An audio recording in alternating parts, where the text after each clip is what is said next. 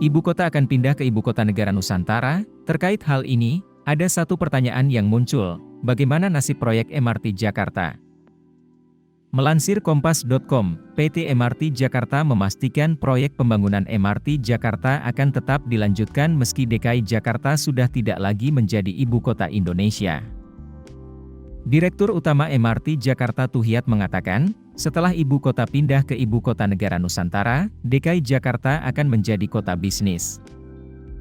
Sehingga pembangunan MRT Jakarta tetap dilanjutkan untuk menopang mobilitas masyarakat. Hal ini, kata dia, sama seperti yang terjadi di beberapa negara lain seperti Amerika Serikat yang memiliki New York dan Malaysia yang memiliki Kuala Lumpur. Di kedua negara itu, meski ibu kotanya pindah, tapi pembangunan tetap dilakukan di ibu kota yang lama. Dengan demikian, beberapa proyek yang sedang dibangun MRT Jakarta seperti pengembangan fase 2 dan rencana pengembangan fase 3 dan 4 akan tetap dilanjutkan hingga selesai.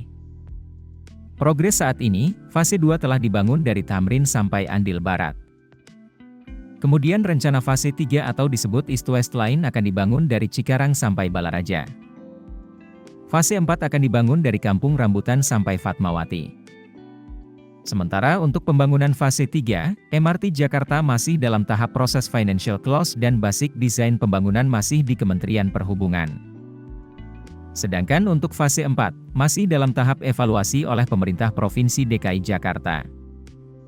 Tidak hanya membangun jaringan MRT di dalam DKI Jakarta, pihaknya juga akan terus memperluas jangkauan hingga ke daerah-daerah penyangga di sekitar Jakarta. Salah satunya dengan pembangunan fase 3 East West Line sepanjang 84,10 km yang akan dimulai pembangunannya pada 2024.